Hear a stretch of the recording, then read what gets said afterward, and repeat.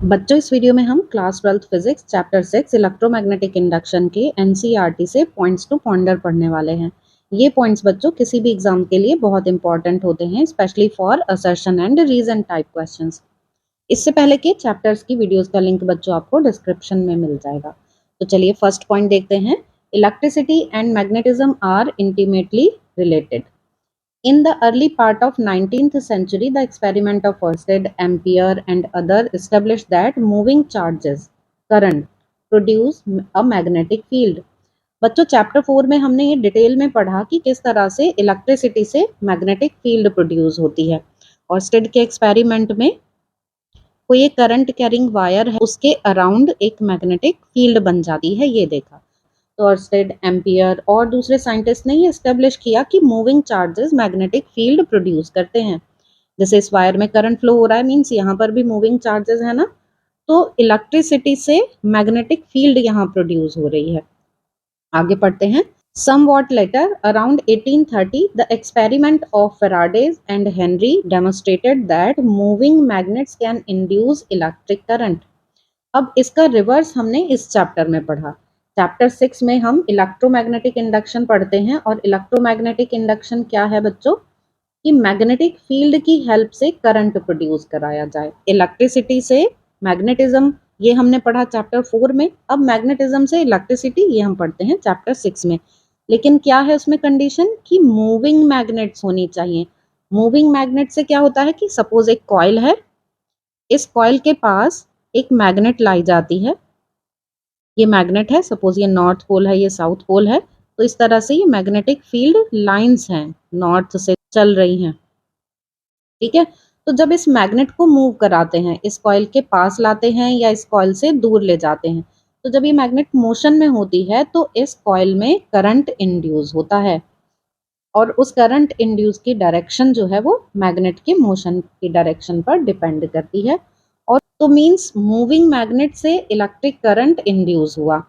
Moving magnet का मतलब क्या है, कि जब मैग्नेट मूव करेगी तो इस कॉइल से लिंक्ड जो फ्लक्स है वो चेंज होगा, क्योंकि नंबर ऑफ फील्ड लाइन जो इससे पास हो रही है उनका नंबर चेंज होगा ना, तो मैग्नेटिक फ्लक्स चेंज होगा। तो फ्लक्स के चेंज होने पर इलेक्ट्रिक करंट इंड्यूस होगा। Second point, in a close circuit electric currents are induce so as to oppose the changing magnetic flux. बच्चों ये है लेंज लॉ, आपको समझ में आ ही गया होगा कि किसी भी सर्किट में मैग्नेटिक फ्लक्स में चेंज की वजह से जो इलेक्ट्रिक करंट इंड्यूस हो रहा है उसकी डायरेक्शन इस तरह की होती है कि वो फ्लक्स में चेंज को अपोज करे। It is as per law of conservation of energy, और ऐसा law of conservation of energy की वजह से होता है। इस पॉइंट को समझ लेते हैं। यहाँ क्लोज सर्किट की जगह हम सपोज इसको कॉइल की फॉर्म में ले लेते हैं कि ये एक कॉइल है। इस कॉइल के पास किसी मैग्नेट को लाया जा रहा है, सपोज इधर नॉर्थ पोल है, इधर साउथ पोल है, तो मैग्नेटिक फील्ड लाइन इस तरीके से होंगी ना, नॉर्थ से बाहर की तरफ। मैग्नेटिक फील्ड की डायरेक्शन भी आपको दिख रही है कि मैग्नेट जैसे जैसे पास ला रहे हैं, तो नॉर्थ से इधर की तरफ ये डायरेक्शन है मैग्नेटिक फील्ड की, ठीक है। और मैग्नेट को इस डायरेक्शन में लाने पर ये मैग्नेटिक फील्ड इंक्रीज हो रही है।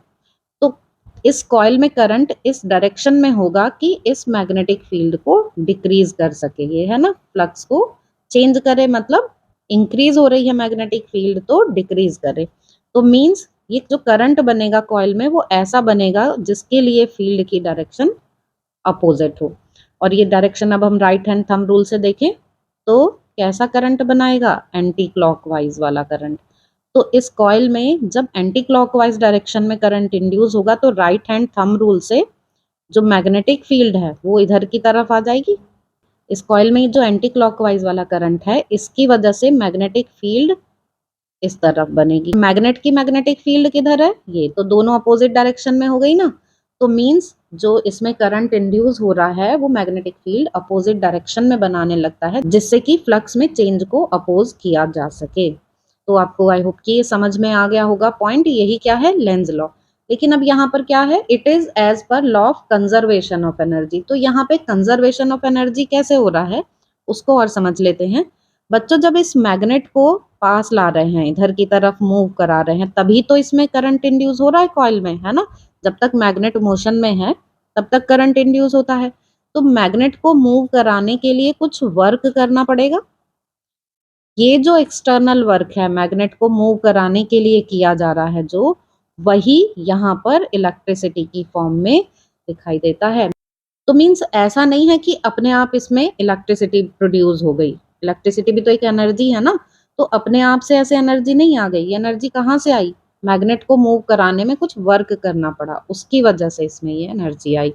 आपको ये भी समझ आ रहा होगा कि मैग्नेट का नॉर्थ पोल पास लाया जा रहा है। तो जब मैग्नेट का नॉर्थ पोल पास ला रहे हैं तो डायरेक्शन कैसी है? एंटी क्लॉकवाइज, मतलब इस साइड भी नॉर्थ पोल ही बनता है कॉइल में, और ये नॉर्थ नॉर्थ रिपेल करते हैं। तो अगेंस्ट द रिपल्शन मैग्नेट को मूव कराया जाता है, तो उसके लिए वर्क करना पड़ता है।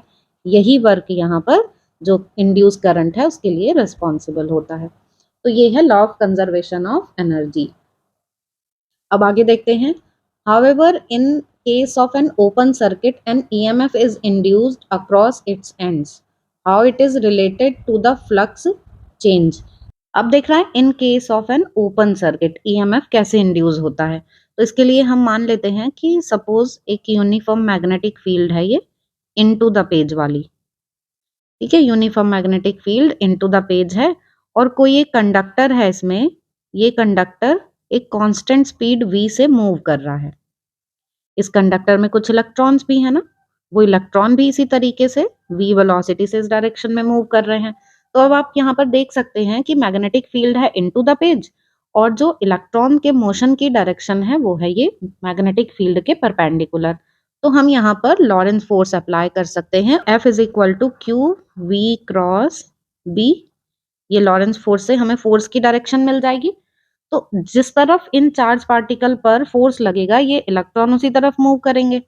तो ये फोर्स की डायरेक्शन लॉरेंस फोर्स से आती है इस तरफ, इलेक्ट्रॉन इधर मूव करेंगे कंडक्टर में, तो सारे इलेक्ट्रॉन्स इधर आ जाएंगे। मींस यहाँ पर ये वाला एंड हो जाएगा नेगेटिवली चार्ज और ये एंड हो जाएगा पॉजिटिवली चार्ज। तो यहाँ पर एक पोटेंशियल डिफरेंस क्रिएट हो गया, मींस यहाँ एक ईएमएफ जनरेट हो गया। तो इस तरह से लॉरेंस फोर्स से हम देख सकते हैं कि कोई ओपन सर्किट मतलब हमने यहाँ पर एक ये ऐसे रॉड ले ली, वायर या कोई भी कंडक्टर इस तरीके का ले लिया है, तो उसमें ईएमएफ अक्रॉस इट्स एंड कैसे प्रोड्यूस होता है वो आपने देख लिया। How it is related to flux change. बच्चों ये जो मूविंग इलेक्ट्रॉन्स हैं ये भी तो मैग्नेटिक फील्ड बनाएंगे ना, तो इसलिए यहाँ पर मैग्नेटिक फील्ड में चेंज होगा और फ्लक्स में चेंज होगा। अब देखते हैं next point. The motional EMF discussed in section 6.5 can be argued independently from Faraday's law using Lorentz force on moving charges. बच्चों अभी जो हमने डिस्कस किया कि यूनिफॉर्म मैग्नेटिक फील्ड में इस तरीके से कंडक्टर कांस्टेंट वेलोसिटी से मूव कर रहा है और यहाँ क्रॉस मैग्नेटिक फील्ड है, ये अभी हमने डिस्कस किया था। तो इसमें हमने देखा था कि इलेक्ट्रॉन्स लॉरेंस फोर्स की वजह से इस डायरेक्शन में मूव करने लगे और इस कंडक्टर के अक्रॉस एक ईएमएफ यहाँ पर जनरेट हो गया कि ये एंड पॉजिटिव और ये नेगेटिव हो गया, एक पोटेंशियल डिफरेंस क्रिएट हो गया यहाँ पर। तो ये तो हमने लॉरेंस फोर्स की हेल्प से देख लिया था, इसमें हमने फैराडेज लॉ यूज ही नहीं किया। तो motional EMF discussed in section 6.5 can be argued independently from Faraday's law, means बिना फैराडेज लॉ के हमने लॉरेंस फोर्स से इसको डिस्कस कर लिया। However even if the charges are stationary and the q v cross b term of the Lorentz force is not operative, an EMF is nevertheless induced in presence of time varying electric field. लेकिन अगर हम Lawrence force की help से ही ये देखें F is equal to Q V cross B, कि magnetic field तो change हो रही है पर वेलोसिटी नहीं है, मींस v की वैल्यू 0 है। तो चार्ज अगर मूव नहीं कर रहा है मैग्नेटिक फील्ड में तो उस कंडीशन में ये फोर्स भी 0 हो जाएगा। तो स्टेशनरी चार्ज के लिए हम इस तरीके से इलेक्ट्रोमैग्नेटिक इंडक्शन नहीं देख सकते, क्योंकि यहाँ पर चार्ज तो स्टेशनरी हो गया तो फोर्स भी 0 हो गया। Thus, moving charges in the static field and static charge in time varying field seem to be symmetric situation for Faraday's law. लेकिन यहाँ हम Faraday's law की हेल्प से इसको एक्सप्लेन कर सकते हैं। तो चार्ज रेस्ट में हो मतलब मूव नहीं कर रहा हो कोई चार्ज, लेकिन मैग्नेटिक फील्ड में चेंज आ रहा हो तो भी यहाँ पर फैराडेज लॉ अप्लाई कर सकते हैं, और चार्ज मूव कर रहा हो मैग्नेटिक फील्ड स्टेशनरी हो तो भी यहाँ पर फैराडेज लॉ अप्लाई कर सकते हैं। मूविंग चार्जेस इन स्टैटिक फील्ड, मतलब फील्ड में कोई चेंज नहीं आ रहा है लेकिन चार्ज मोशन में है। या फिर static charge in time varying field, charge static है और मैग्नेटिक फील्ड टाइम के साथ चेंज हो रही है, दोनों सिमेट्रिक सिचुएशन है for Faraday's law. This give tantalizing hint on the relevance of principle of relativity of Faraday's law। तो जैसे लॉरेंज लॉ से हम ये नहीं एक्सप्लेन कर पाए, ऐसे हम इसको फेराडेज लॉ से एक्सप्लेन कर सकते हैं। तो फेराडेज लॉ जो है वो प्रिंसिपल ऑफ रिलेटिविटी को फॉलो कर रहा है। मीन प्रिंसिपल ऑफ रिलेटिविटी क्या है? किसी भी सिचुएशन में जो लॉ है वो एप्लीकेबल होना चाहिए। तो बच्चों प्रिंसिपल ऑफ रिलेटिविटी के अकॉर्डिंग फिजिक्स के लॉज सेम रहने चाहिए in all inertial reference frame, मतलब फ्रेम से ये इंडिपेंडेंट होने चाहिए। अगर फ्रेम ऑफ रेफरेंस चेंज कर दें तो रिजल्ट में चेंज नहीं होना चाहिए, यही है प्रिंसिपल ऑफ रिलेटिविटी। तो फेराडेज लॉ इसको फॉलो कर रहा है। तो चाहे मूविंग चार्ज हो और फील्ड स्टेशनरी हो, या फिर फील्ड टाइम के साथ वेरी कर रही हो और चार्ज स्टेशनरी हो, दोनों में ही फेराडेज लॉ एप्लीकेबल है। This gives a tantalising hint. बच्चों टेंटलाइजिंग का मीनिंग होता है समथिंग एक्साइटेड या जो कुछ इंटरेस्ट डेवलप करे। तो यहाँ पर ये Faraday's law principle of relativity के साथ कनेक्ट होके जो इलेक्ट्रिसिटी और मैग्नेटिज्म का कनेक्शन है उसको बहुत इंटरेस्टिंग वे में एक्सप्लेन कर देता है। तो बच्चों आई होप कि आपको ये सारे पॉइंट समझ में आ गए होंगे। फिर भी आपके इनसे रिलेटेड कोई डाउट्स हो तो आप कमेंट सेक्शन में पूछ सकते हैं।